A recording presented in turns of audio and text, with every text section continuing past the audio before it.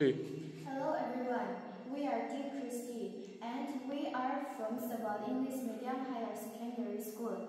Our team is based on Swadeshi and our topic is rainwater harvesting innovation. Today I would like to speak on a very important and innovative idea, that is rainwater harvesting in Jampui Hill, North Tripura. Jampui Hill receives good rainfall almost every year. Yet during the dry months, many households and farmers face water scarcity. This is where rainwater harvesting becomes an important solution.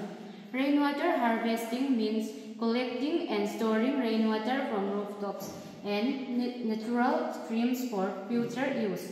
In a hilly area like Jampui, we can create gravity-based system using storage tanks and bamboo pipelines to collect water without electricity.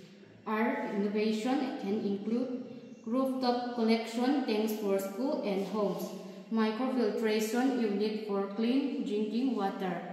If implemented well, Jampui Hill can become a model for eco-sustainable living in Tripura. So let us all join hands to protect every drop of rain, because water saved today is life secured for tomorrow. Thank you.